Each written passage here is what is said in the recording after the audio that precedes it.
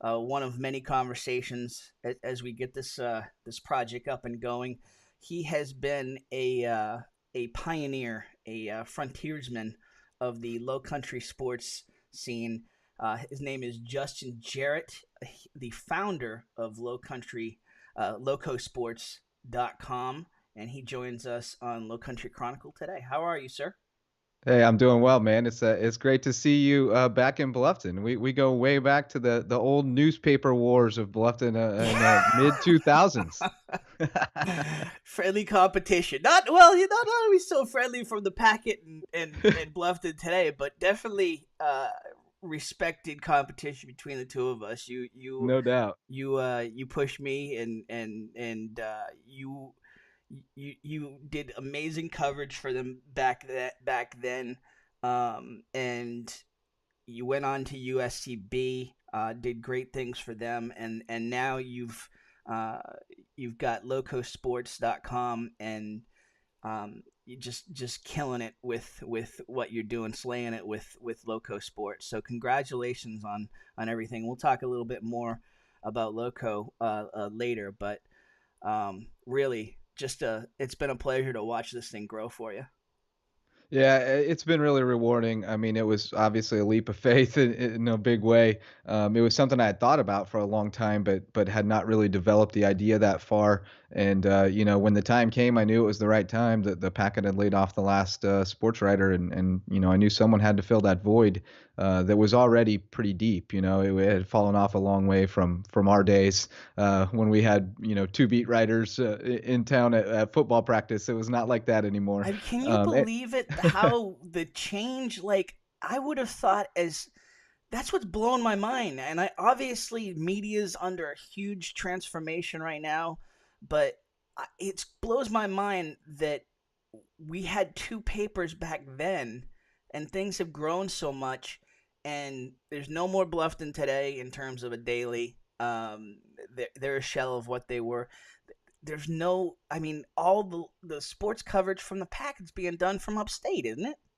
Yeah, I mean, from Colombia Yeah, primarily. So, and I recognized that that was kind of the window. Someone was going to fill that void, and I already had an idea in my mind, and I actually had a domain name already that I bought in 2011, very and didn't smart. develop until 2017. It just popped in my head one day, and that was prescient. I didn't know it at the time, but it worked out well for me. And after 3 months, I took the leap and left my job at USCB to try to make this work. I knew I had to do it full time for it to succeed, and that was 3.5 years ago, and we're still going. So, starting to build the team a little bit so that I can get from white knuckled pilot to air traffic control and get some planes flying out there. And it's been going really well. People seem to really appreciate it, and now we're just trying to figure out how we can get more sponsorship and more revenue so we can start to build a staff and really expand and enhance what we do.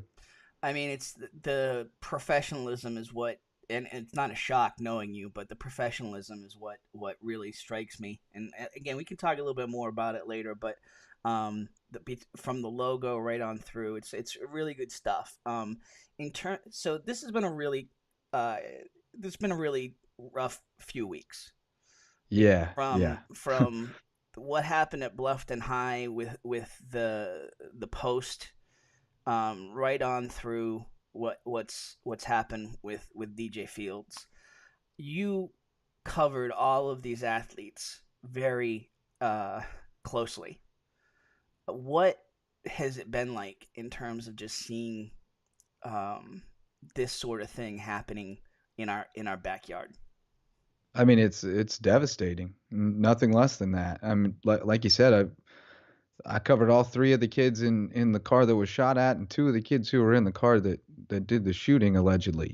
So that hits you hard. Those are kids that you've watched them grow up and you've gotten to know them. And I didn't know DJ all that well. I didn't speak to him more than a few times or more than a few words most of the time.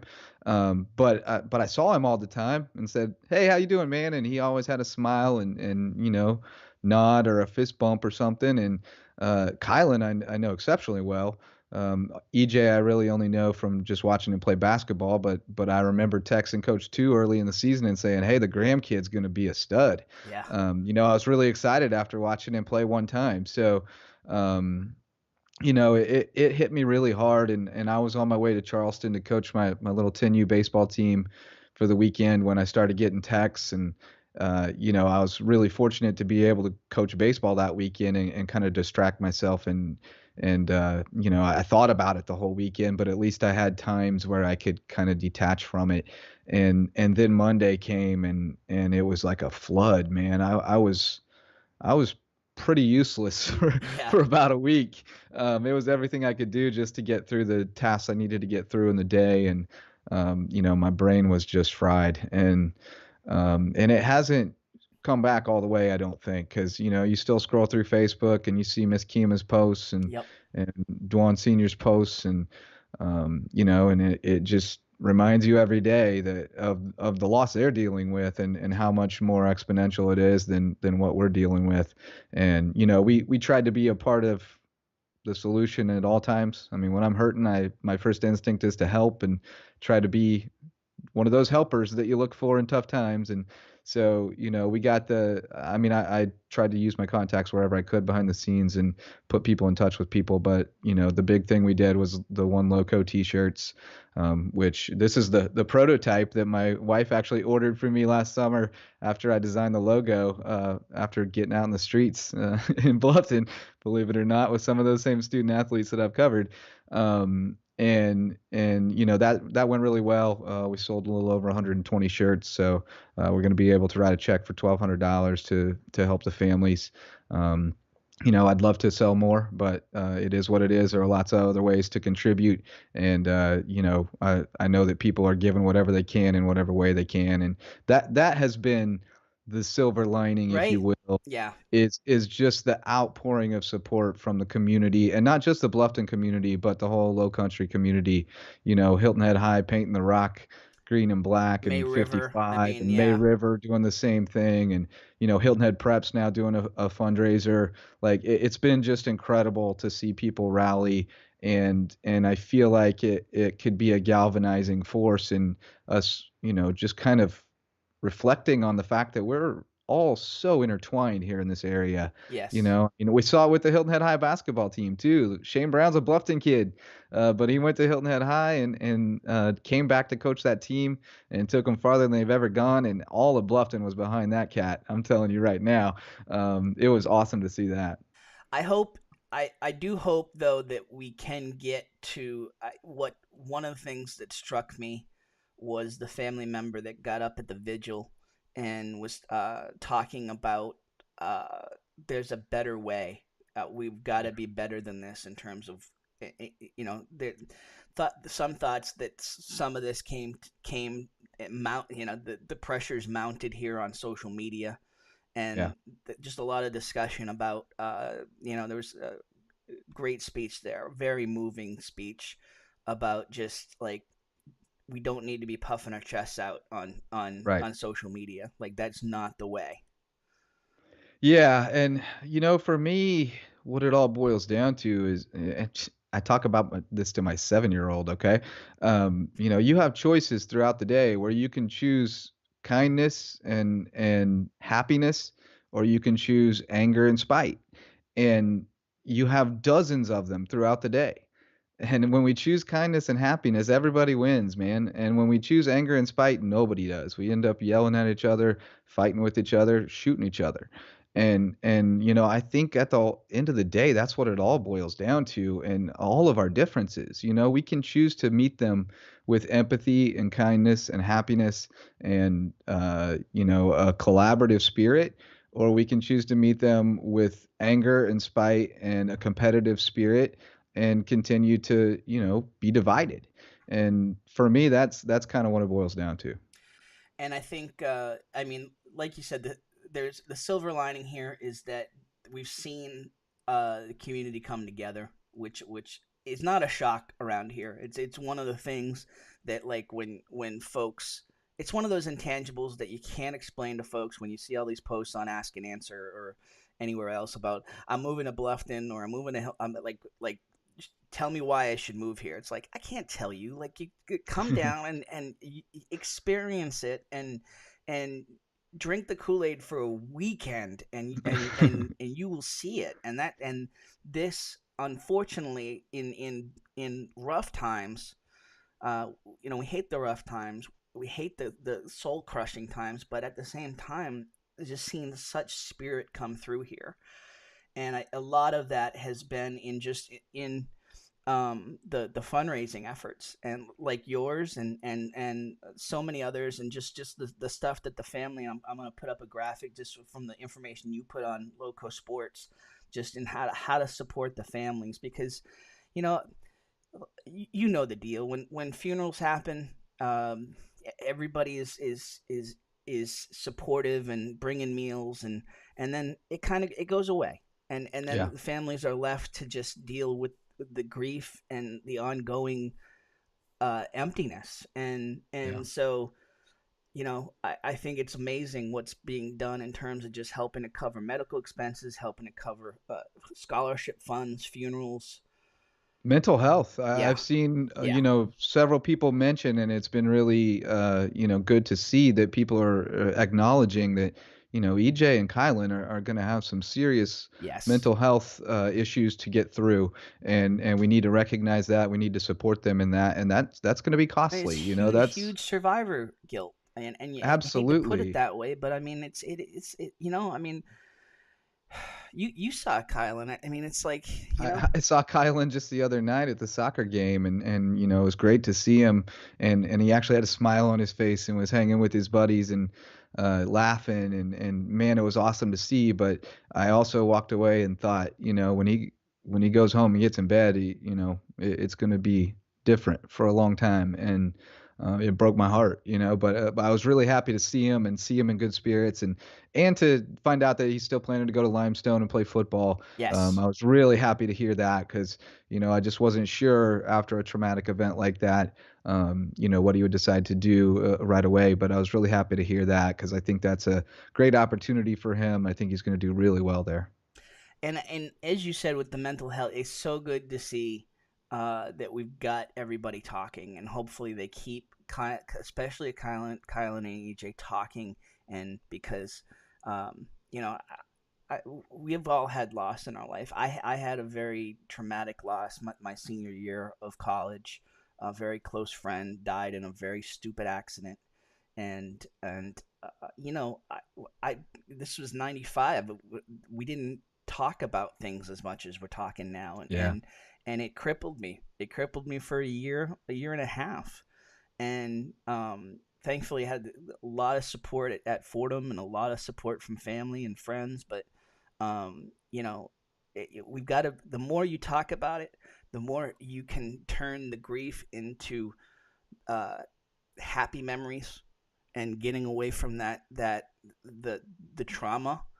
Um, the, the easier it will be for him to go, especially like you said, Kylan going to Limestone, and getting on and living his life, because he Yep. deserves that. Yep. He does. He definitely does. So we put the graphics up on the screen, and please, keep supporting these families. We will. I'm work. I think everybody's working on some ongoing stuff. That there's got a memorial scholarship fund in the Right. works for DJ, and some ongoing ways to support the family. So, but just a huge kudos to what you've done in terms of getting the information out there. So you mentioned it before. Some happy things happening with the sports scene. Uh, let's talk a little bit about Hilton Head High hoops, boys hoops, and just the magical season they had. Oh man, it was so much fun, and we knew it was going to be a great season for them when we found out that Will McCracken had come back to the Low Country and knew what caliber of player he was, but we hadn't seen him, and going into the season, James Island was ranked third in the state. So we thought, well, maybe Hilton Head can get that number 2 seed and get into the playoffs. And And how are you going to get past that, right? Yeah. Right, yeah. So, when they beat James Island the first time, I think that opened some eyes that, hey, this is a pretty special team. When they beat them the third time in the region championship game, we knew they were legit, and they had some tests in the playoffs, but made a great run, and really, I mean, they were just minutes away from closing out a state championship for a program that had never even played for one since Hilton Head High was founded. McCracken High School was the last team that represented Hilton Head that played for a state championship. So that's a long time ago, and it was just so much fun to watch them because, well, first of all, they're just incredibly athletic. I mean, you've got three Division I athletes on the floor at all times with McCracken, who's going to UNC Wilmington, Sam Suma, who's going to play tight end at UCLA, and then Jalen Sneed, who's going to go wherever he wants to play college football. So that's just a phenomenal base to work with. And then they had a pass first, unselfish point guard in Alex Smith, and they had a bunch of role players who knew their role and were able to come in and give them energy off the bench. Jaden Gilliam was great for them. Adam Clark was the sharpshooter. You got to have the dagger guy. So they really had all the pieces, and you could see that starting to unfold as the season went on. And they really bought into the defense that Shane Brown really got that ball rolling last year, his first season. They were very competitive, and they did not have as much talent as some of the teams they were competing with just because they played great defense. And so that carried over this year. We talked to Will when he first moved down, I guess back in the fall, and he was so excited to play with this team. He was talking about, in Ohio, we play this grinding style, half court, and he's like, this team's going to get out and run. It's going to be fun. And man, it was way fun. We were calling them Dunk Island at the end, and really, it's wild, and I didn't even think about it until later, but I have to feel like the emotions, that state championship game was played on the same day that we found out about DJ. Yeah. And I have to believe that there were some people on that team who had close emotional ties there, who weren't probably in the best mindset. And when you get late in the game and the team starts pressing you, it wasn't until several days later that it clicked for me that might have been a factor. But I think it absolutely might have been. It was still fun to watch, and again, not trying to suck up, but I mean the coverage that you guys provided was, I mean, it was huge, and it's huge to give the attention to these athletes and uh, especially a team like Hilton Head that it hasn't like you said hasn't been on that level, and such a, like you said, team first atmosphere, everybody knowing their roles. Like watching them was just as a youth coach, um, you know, it's such a joy to see that happening at the high school level. What I saw last weekend with Loyola Chicago, like Oh I mean, I yeah. was so giddy watching that Loyola Chicago game. I was just They were yes, flawless. oh, flawless fundamentals, Yeah. everybody knowing their role, unselfish, the constant motion, and that's everything you saw with Hilton Head. So it's a huge kudos to Coach Brown and the whole staff there for really getting them to buy into that. And you saw it, the same thing with Hilton Head Christian girls, right? Oh, that is a machine now. Kenny Conroy has built a machine there. Three-peat for Hilton Head Christian Academy girls this year. Their only loss was to Cardinal Newman from Columbia, which is like probably the best girls basketball team in the state, all classifications. And they were just businesslike. I mean, it didn't matter which five they ran out there; they would just carve you up. Dior Shelton, of course, was the star, and she's going to go play at Claflin, which is fantastic. She's just an incredible leader, really humble, hard worker, great family, and they kind of built it around her. But she wasn't the kind of star where she had to take 20 shots a night. She facilitated, she did her job, and she let others do theirs, and they're going to be good for a long time if they keep everybody together because their two guards. Devin Yard and Molly Smith are both freshmen, and they're among the best players in the area already. Abby Paduzzi's got 2 more years, and if your name's Paduzzi, you are just a beast in every sport. Yes. And they've got more coming, so they're going to be good for a long time. And the move to Bluffton, I think, will probably help too. I think it makes it much more feasible for them to attract students from even over in Poole or Savannah area. Oh yeah. Um, and when you've got the programs that are going out and playing everybody they can find and getting you exposure to great competition and winning state championships, people are going to be attracted to that. So I think they'll do well for many years to come. And they've got Jamise Franklin on the coaching staff too, who was a star at Hilton Head Prep back when we were covering sports for the newspapers, Hmm. and has become just an outstanding coach. And then with H2 basketball and all the things they're doing, Rob Benson, who's been a great supporter of Loco Sports.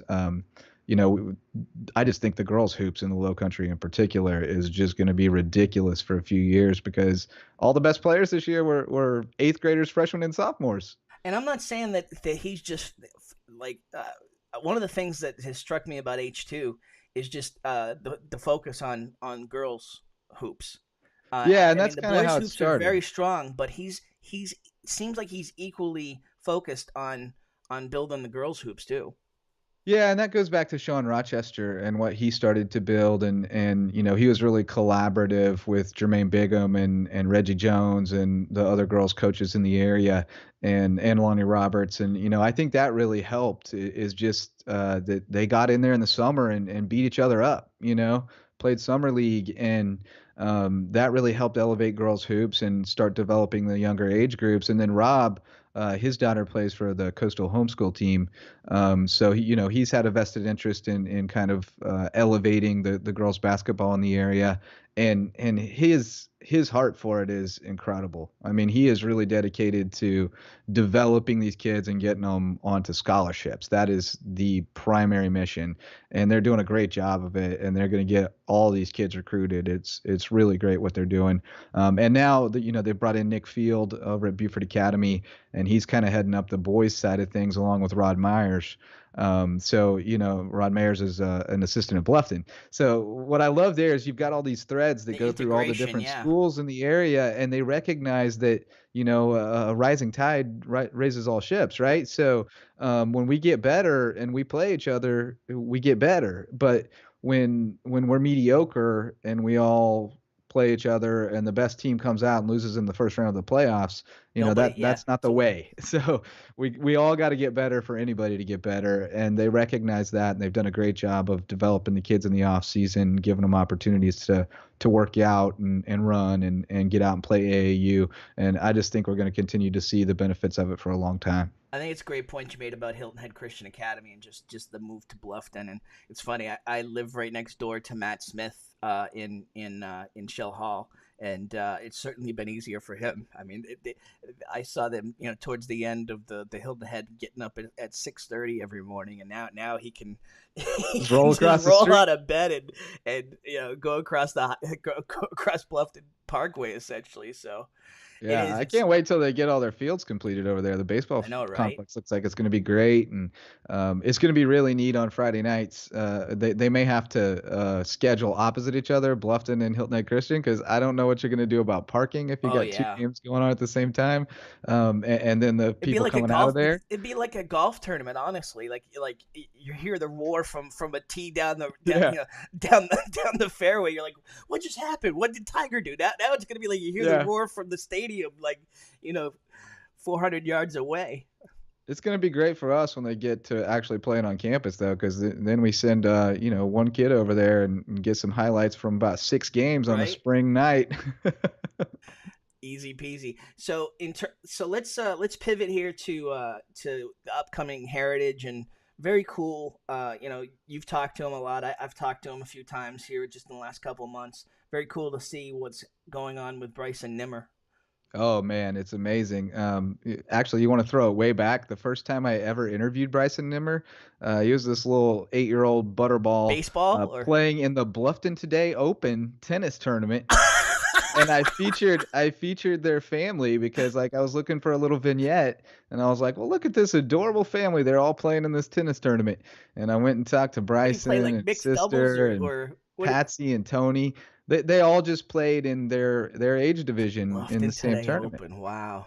And so I wrote a little feature on them, and now Bryson Nemmer is going to be on the PGA Tour soon, and an absolute rock star in pro golf. He is just slaying it. Honestly, it's like what he did on the local IQ tour. I mean, Yeah. alone, but uh, what he's been able to accomplish. Just and the continued progress he's made with Tim Cook and all of the all the folks that have contributed, whether it be Clemson or it's just so cool to see what's happening with him. I think the coolest thing is that he'll actually talk to you about the struggles he had learning how to win again Yeah. at the next level. Because I watched him lose the Players Amateur. It was heartbreaking, and I thought, man, that's gonna stick with him. And he had a lot of trouble with that early at Clemson. He had a lot of near misses and tripled the last to lose and things like that, and he really struggled with it.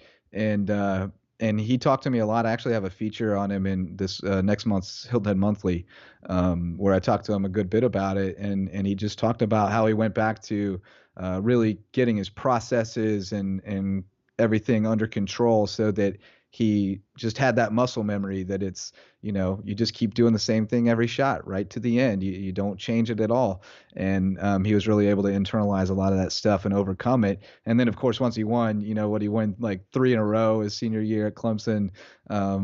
Just went gangbusters, and then went pro and won on the G Pro right away when there was nowhere else to play, and then went local IQ and won the first two. I mean, it was just unreal the tear he went on.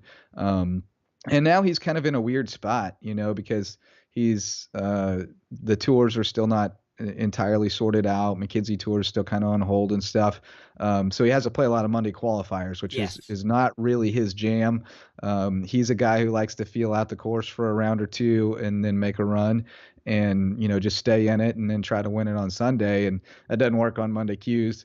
No. So he's having a little bit of a tough time just kind of sorting out what his schedule looks like because of that. But And he's he's gotten and he's got opportunities this to play. he's It's got been this great. exemption. He's got this exemption to the heritage.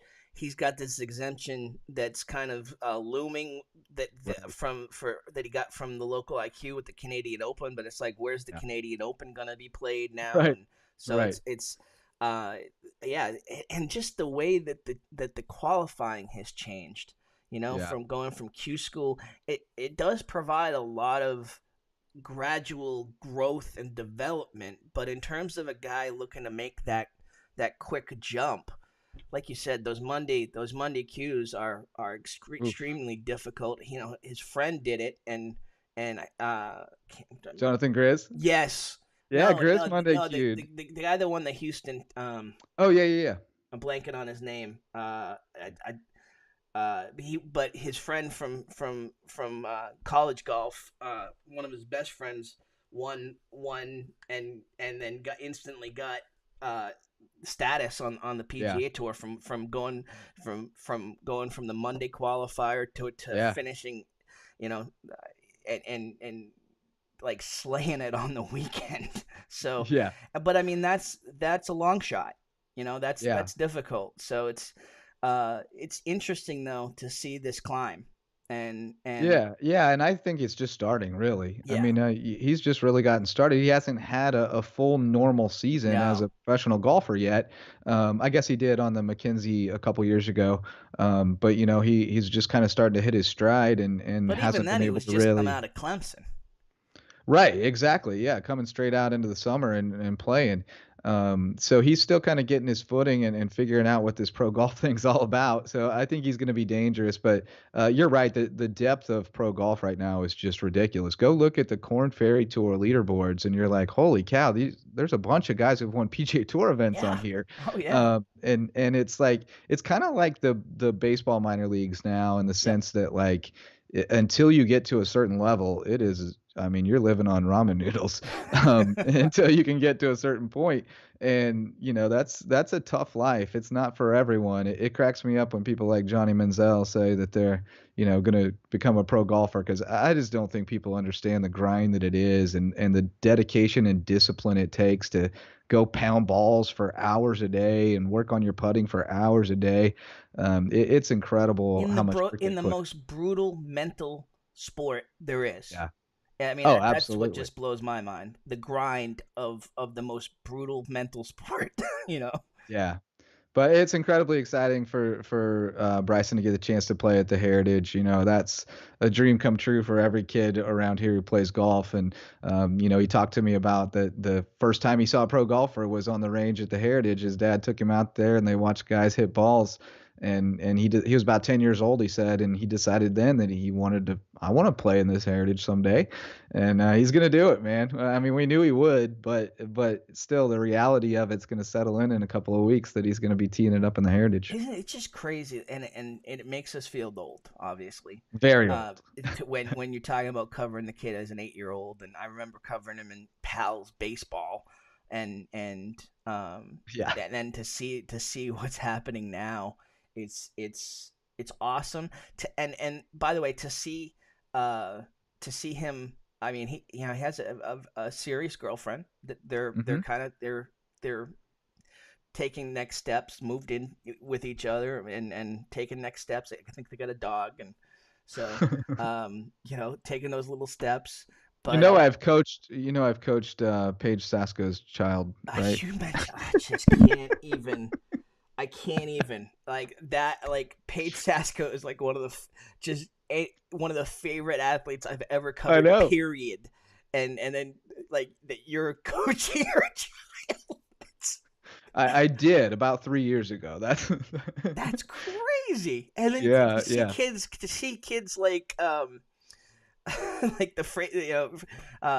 CJ Frazier Oh yeah, yeah. and becoming coaches now and JP Peduzzi, oh, it's crazy. It's madness, but James it's awesome. Lehman. It's awesome. James Lehman is like the second coming of Matt Lehman. It's like Yeah. I'm watching him play again. It's incredible. All right. So like I've for the most part we've I've stayed out of your lane, but I'll be interested to see. Maybe we'll run a little poll because I did a feature on him for CH2 back in I think October or November. We'll see. I'll take a look at your feature the upcoming month in the April Yep. edition. Yep. Uh-huh. Awesome, very cool. Maybe we'll run a little poll on Facebook. Who did it Whose better? story do you like better? I didn't even, I don't think I've seen yours. I'll have to check it out. Nice, I'm glad I didn't, because then that would have right? that Yeah, might have messed exactly. me up when I was writing mine. So Exactly. Yeah, they did their golf issue back in October, November. A little odd timing, but I guess it's a good timing in a way in terms of just keeping it out there. But anyway, all right. So in terms of the spring, starting to get into spring sports. What are you seeing as the potential teams to really make some noise in the Low Country this spring?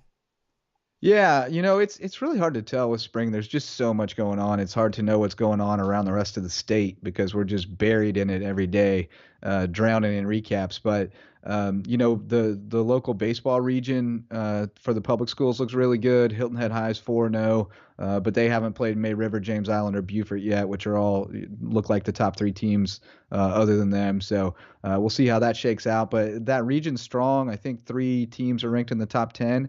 So you'd have to think that whoever comes out of there is going to be pretty well prepared to make a run in the postseason. And then Hilton Head Prep baseball is just ridiculous.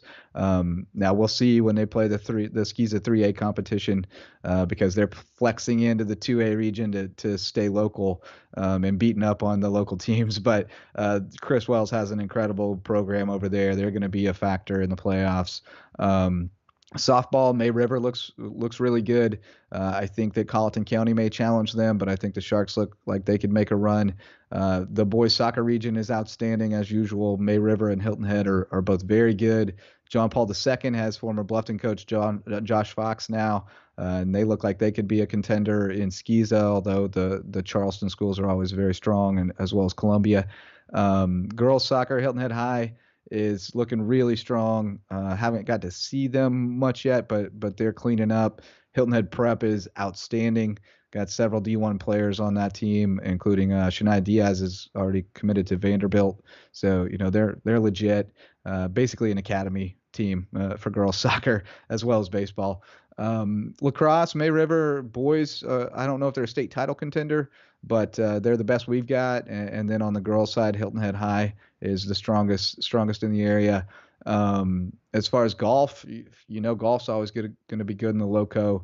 Buford High's been terrific so far. Jerry Bruns is just a sophomore. He's already won a couple tournaments, and he's playing against some serious competition around here. Hilton Head High also very good. Those teams have kind of been going back and forth in the early on, and then Hilton Head Prep is outstanding. And the coolest thing about that is they can have up to three girls in their lineup any given day, and they'll still beat your butt. That's how good they are. And then on the tennis side, Buford High actually knocked off Hilton Head the other day, which is kind of a changing of the guard there. And then Hilton Head Prep is once again very strong. And then track and field, we don't talk a lot about track and field, but it's such a great sport, and so many of the athletes we cover in other sports are competing out there, and we got some great teams too. Buford High, the boys have won two straight state championships. Of course, there was not one last year, but May River boys have kind of been duking it out with them. And then it's been going the other way on the girls' side. Buford High girls have kind of been edging out May River in the early meets so far. And I think both of them will be state championship contenders with some just phenomenal athletes. I mean, gosh, Layla Warren, who we covered for Buford High basketball, is a stud on the track as well. Jackson Beebe over at May River's been cleaning up on the boys' side. So I could name names all day, but as you can see, there's a lot going on in the Oh spring. We're yeah. talking like 20 to 25 recaps a night. So we are just drowning in it, trying to keep up and get to the playoffs when it starts to get exciting. What has it been like for you, and just in terms of the additional the addition of May River, the addition of some of the additional private schools, I mean, obviously it's expanded opportunities, but has it watered down the product, or have we gotten to the point where everybody's kind of stabilized and building? Yeah, I mean, you definitely see school splits or school openings, or we'll see what the school move of Hilton Head Christian Academy, what factor that plays.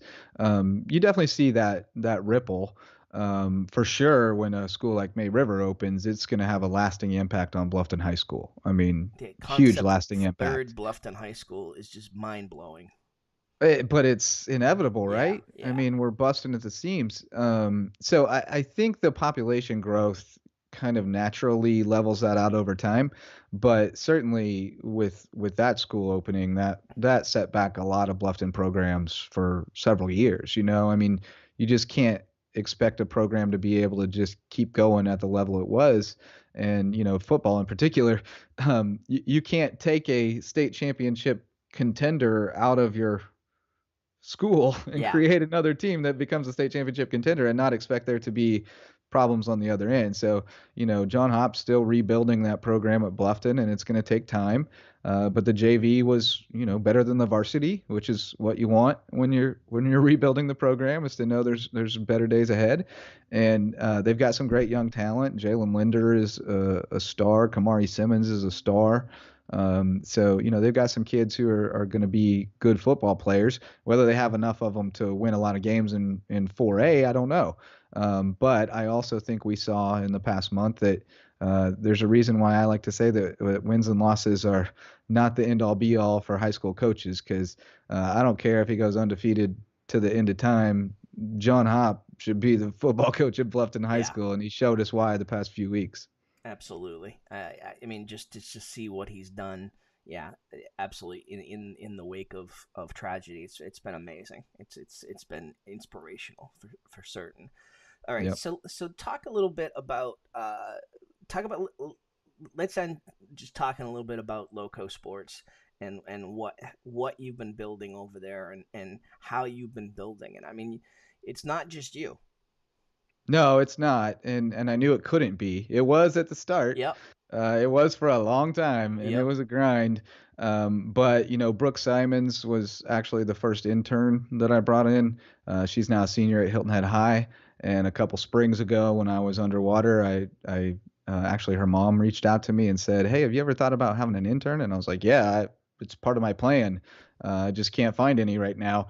But my plan was always that, let's find students who want to work in the field and give them opportunities to get hands-on experience and learn how to do it and mentor them and hopefully, either send them off into jobs in the field or send them off into other careers where those skills will be translatable.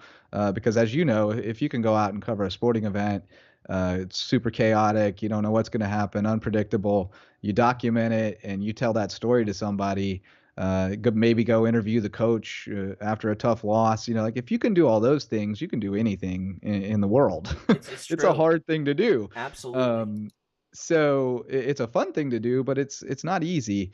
And so I always visualized, being able to give students the opportunities that I had in journalism school at Mizzou, to go out and do the job and learn how to do it by doing it.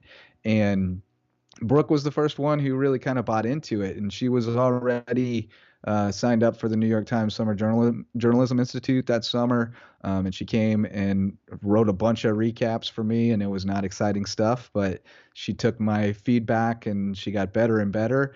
And then she kind of fell in love with photography and started, shooting action shots and actually ran the Instagram for the most part for a while, and helped me build that following and really showed the potential for what we could do with student workers, student interns, in helping them develop and learn the skills that they need.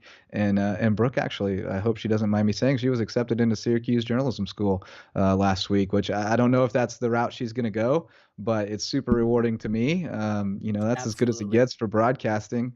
And then, another example was Carlo Perusa, who was a student assistant of mine at USCB back in the day, and I got him hooked up with a internship with Big Frank over at WJCL. He did great there, and then he got a job at the County Channel and did great there, and was actually hosting his own sports show. And then the visa was up, so he had to figure something out. He went to grad school at Georgia Southern, and he interned with me the whole time he was there.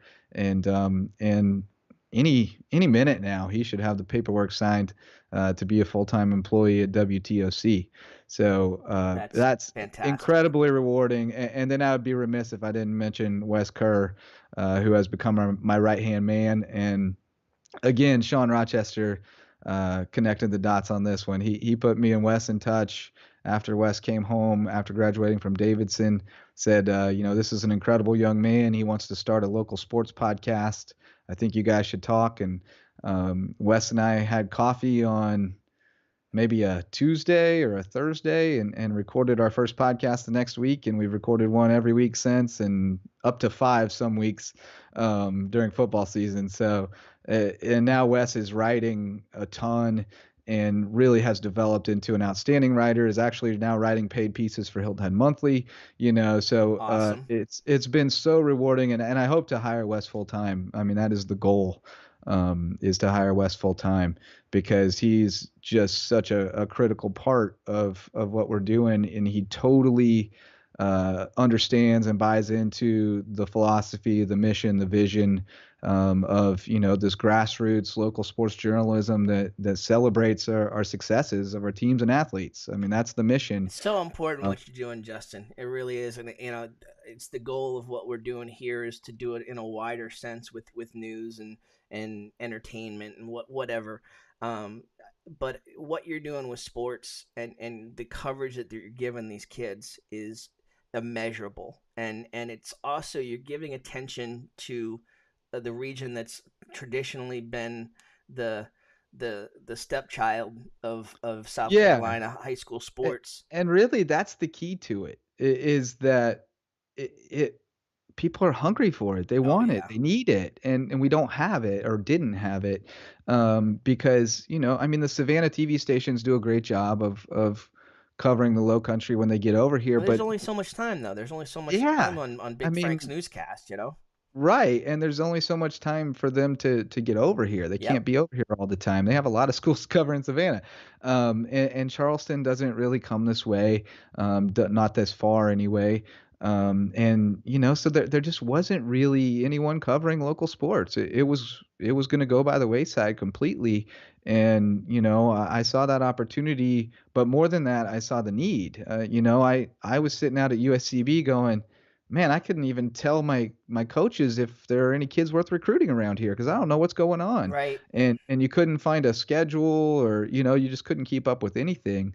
Even like a football schedule on Friday nights was hard to come by. So, I saw that need. The first thing I did was send an email to all the ADs, most of whom I still knew from our days, and I said, look, it may never be like it was back when I was at the Packet and we had a staff of 5 to cover 4 high schools, but it can be a lot better than it is right now if you guys cooperate with me and get your coaches to cooperate with me. And for almost 2 years, it was pretty much just me sitting in front of the computer collecting emails and texts and typing them up, like 1,000 a year.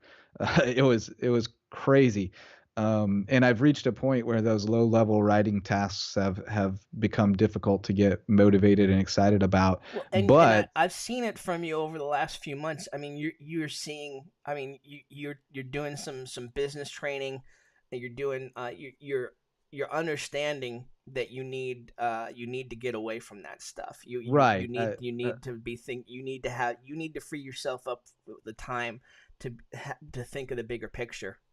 that's exactly right. And I keep using the analogy of going from pilot to air traffic control because I think it really makes sense. I've got Carlos moving on, obviously, but he's been training a young man who just graduated from USCB. Hopefully, we'll start getting those students before they graduate from USCB instead of after, so we can get them jobs when they graduate. But, he's been training him. He's doing fantastic. Irvin Lassiter, the third, the other night he went out on his own, shot his highlights, cut them, voiced them, and got them up on YouTube. So that is the goal, is to teach them how to do it so that they can go get a job and do it, and give them the feedback they need to get better, and connect them to the mentors and potential employers that are going to help them out down the road. Because Carlos already got great relationships with all the sports anchors in Savannah because he's been out there on the sidelines Yeah, with them doing it, and that's really what it's about. it's and I do. This is where the old, the fuddy duddy starts to come in. I do have this sort of back in the day sort of mentality when I see a lot of this, especially saw this at Bleacher Report when I was hiring a lot of young kids. It was this sense of entitlement that Hmm. you can step beyond that hustle and start beyond that hustle, and you can't. I mean, Not in this you have to business. get those base skills.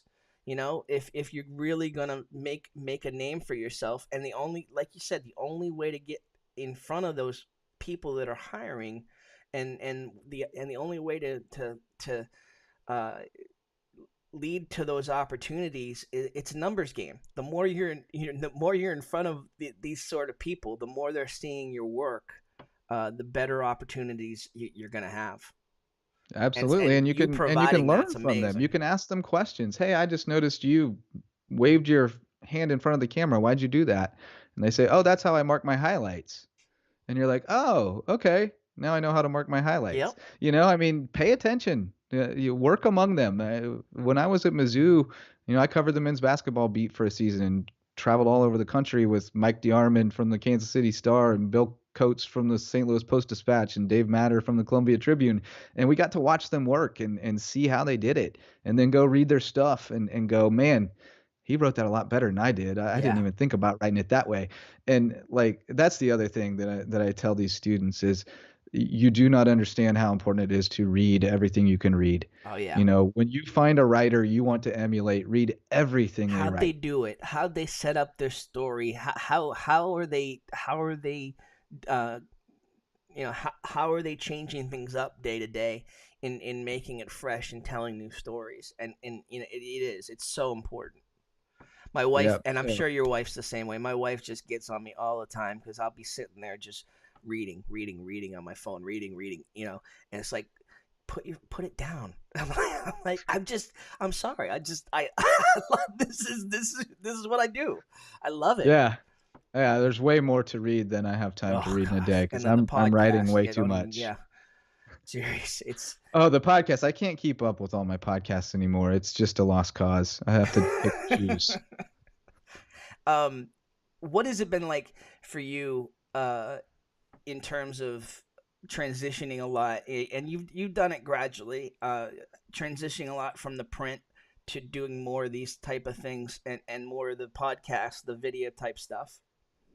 I really enjoy it. I Yeah. mean, I don't. I'm not very good with video, so I'd prefer other people do that. It's Yep. just very labor intensive and kind of draining for me because like I feel like every time I do it, I have to relearn how to do it. It's just not intuitive to me. But Yep. I do. It's really rewarding when you put something together and you're like, man, that looks pretty good. Yeah, absolutely. I've even shot some basketball highlight packages off my phone, and I was like, that looks pretty good for off my phone. I mean, So nowadays, I mean, it's not the phones nowadays. It's insane what we can do with the oh, it's phones. unreal, and that's the thing is we don't even have to have top of the line equipment Nope. to be able to get kids experience doing it, because they can still learn how to frame a shot and how Yeah. to edit it and all that stuff, regardless of the quality, you know. So um, content is king. And so we're just trying to find different ways to get more content out there, whether it's video, podcast. The podcast is a super efficient way for us to cover things that would be difficult to cover in print. Yes. We can talk at length about something and analyze it in a way that it would take hours to write it. And So, it doesn't it amaze you? Like people love that. Like at first when I yeah, started doing podcasts and longer form videos, I was like, are people actually going to watch this? Like, but there's an audience. yeah, Like you there said, is. the And people our that are audience thirsting isn't for this, they're huge. they're thirsting for every way it's being covered. Yeah, and they like to hear it. I mean, they listen to sports talk radio. So if local sports is what they care about, then they want to listen to local sports talk. Absolutely. And I think we're giving them quality, quality analysis and quality news. So the people who do listen, it's not a huge audience; it's a niche audience. We understand that. But the people who do listen seem to really enjoy it But they're and get a lot of fervent, value man. out of They're it, fervent. Like it for might be a sure. niche audience, but they care. Those families Absolutely. And care. that's the thing, as far as trying to raise more revenue and sponsorships and things like that, you notice that we call them sponsorships and not advertising or marketing It's packages or anything like partnerships. that. Yeah. Because at the end of the day, we recognize we're a niche audience. It's not going to get the kind of return on investment that you would expect from Yep. traditional advertising. But what it is like you said, an intensely loyal, intensely local audience that cares about its community. And when you are a sponsor of Lowco Sports, you are supporting that community and you're supporting something that's really important to these people. And we could charge a subscription, even $1 a month or something, but for me, a large portion of the audience that we serve and the students that we cover come from backgrounds where they don't have any business spending even $1 a month to Yeah. read sports coverage.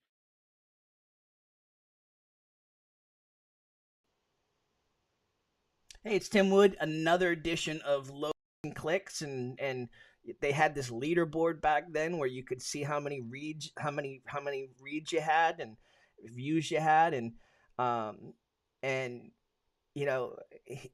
he was like, so okay, you obviously have this want to be like the Bill Simmons of Bleacher Report. Let And when you are a sponsor of Loco Sports, you are supporting that community and you're supporting something that's really important to these people. And we could charge a subscription, even $1 a month or something, but For me, a large portion of the audience that we serve and the students that we cover come from backgrounds where they don't have any business spending even $1 a month to Yeah. read sports coverage. And so, we don't want to put it behind a paywall if we don't have to. And we really don't think we should have to. I think that as more local business owners find out about what we're doing and understand that we're completely independent grassroots organization, not a media conglomerate, Yeah. one full-time employee, and you're looking at him. I think more people will get on board and support it and want to see their business on Loco Sports because I think we're providing an important community resource. You've just continued to take steps forward just as I've watched you grow, man, and it's awesome. And you mentioned it, we talked a little bit about it, but like we both have egos, and we've both been in journey, to just have your byline out there. There's the ego to it, but like we're both kind of beyond the chasing the next job, Way and beyond. the Yeah. we've found our roots. And Perspective. yes, and to see, and now to be able to teach what we learned while we were making that climb. uh as much as I take pride in my own work, like you said, with um what's her name, Simons, Brooke. Brooke Yeah. Simons. Yes, what, like you said with Brooke Simons. I had a similar story when I was running my local newspaper up in New England. This girl Jenna Ciccatelli, amazing talent, and she went to Northeastern. She started working for some of the Boston. She worked for the Globe. She worked for a couple of the Boston TV stations. Like you said, just like grinding it out, getting that foundation, doing the work, and she was amazing at it. Now she's working for Bleacher Report now, Yeah. and just first step in a long career. It's because she's so it's amazing to be part of that. And Yeah. I had a mentor that when I first started with Bleacher Report,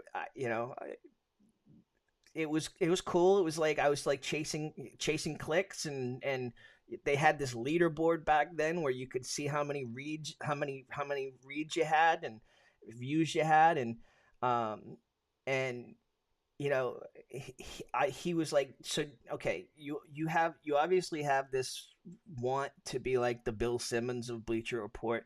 Let me just throw this out at you. What if you could create four Bill Simmons, and then eight Bill Simmons, and then 16 Bill Simmons, and be part of, instead of getting 10 million reads yourself, getting 50 million reads, and growing 30 careers at the same. And ever since then, that's I mean, I've never had such satisfaction and Yeah. than I've had in terms of teaching and mentoring, and it's amazing to be able to do that. It really is. It's so energizing and rewarding. And I told Carlo that someday he's gonna decide that he's done everything he needs to do as a broadcaster. He's proven he can do it. He's doing the same things over and over, and he's gonna realize that his love is really just the craft. Yep. And he's gonna come back and he's gonna teach the next generation how to do it and pass the craft on because that's what it boils down to. I mean, you're really just trying to hone your craft, and then once you feel like you've gotten where you need to be, you're ready to pass it on and help somebody else get there. So that's where I'm at for sure. And I've one of the things I'm trying to free up time for is to chase grant money for sports journalism and community journalism, because I think there's an opportunity there. If we can pay a stipend to our interns and to our bring in mentors such as yourself, perhaps, and pay them a stipend to mentor young writers or young broadcasters. I think this could really grow into something really special where we're sending a bunch of kids off to college for journalism or mass communication or whatever it is they want to do with some incredible skills and incredible experience. Oh, well, I'm sign me up for that. I'm certainly up for that once you get it up and going, and you've been an inspiration in terms of, I was just trying to figure out what I wanted to do down here. I quite honestly, I was a little um uh had some very negative experiences. As awesome as it was, a dream to start my own newspaper up there. I had some very negative experiences that was I was like, I don't know if I'm kind of done with this. I'm kind of done. And then just on top of just what journalism, what the negative connotation to being called a journalist these days, and seeing how uh, it's being practiced, and how it's being sullied, and it definitely hit me for a while. And so when we got back down here, it's like, okay, I can't. What do I want to do? I can't get away from this. This is what I love. And local journalism is dying It is. if we don't, if people don't give it air. and Yep. and and because these corporations have abandoned it, and haven't, found a way to adjust in this new media landscape. So the You're right. opportunities are there. People still want this. I mean, Yes.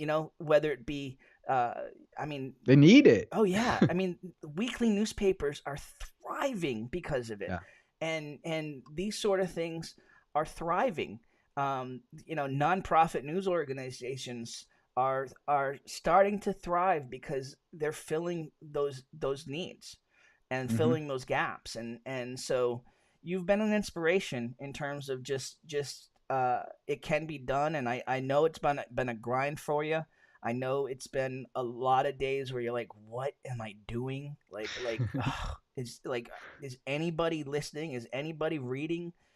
Um, but I'm glad you've stuck with it. You're an amazing talent, and you're the ability to pass that on, and to mentor the next generation. Your thirst for that, it's so needed. And so I'm looking forward to working with you in however we can partner up, because I think we share that same uh, thirst for Yeah, local man. I agree. journalism and local storytelling. Absolutely. And I appreciate you saying that, and I appreciate you bringing me on. Absolutely. Justin, Jarrett, it's been a pleasure. I don't think we'll always go this long, but there was a lot to cover in this first time, and it's been a pleasure speaking to you. Very much appreciate you giving the time today. And like I said, uh, some plugs. Obviously, I've had it up on your graphic the whole time, LowcoSports.com. But how do people contribute? How can people find out about sponsorship opportunities? Find out about ongoing giving? Is it all just right there on Lowco? Yeah, I mean the sponsorship stuff is a little scattered because it's always evolving. So honestly, the best thing as far as potential sponsors go that I like to do is just sit down and talk about, why it is you want to sponsor Loco, what you want to get out of it, and whether that's supporting a specific team or school, or just boosting coverage of a particular sport, whatever your goals for it are, and just kind of a rough budget, and then we can work to put together a customized package that will promote your business on locosports.com, on the podcast. We can drop a video ad into a TV ad into highlight videos, blast it out on social media, building a newsletter list. There's any number of ways that we can get your name out there and just associate you with Loco Sports, and the positive feelings that people get from it. So, you can reach out on Facebook or locosports@gmail.com, LOWCO. What is Either one. where can people find what's the podcast name? Where can they find it? Yeah, so we've got the Loco Sports Lowdown podcast. You can find that wherever you get your podcasts. If you listen on Apple, please rate and review. Subscribe wherever you get your podcasts.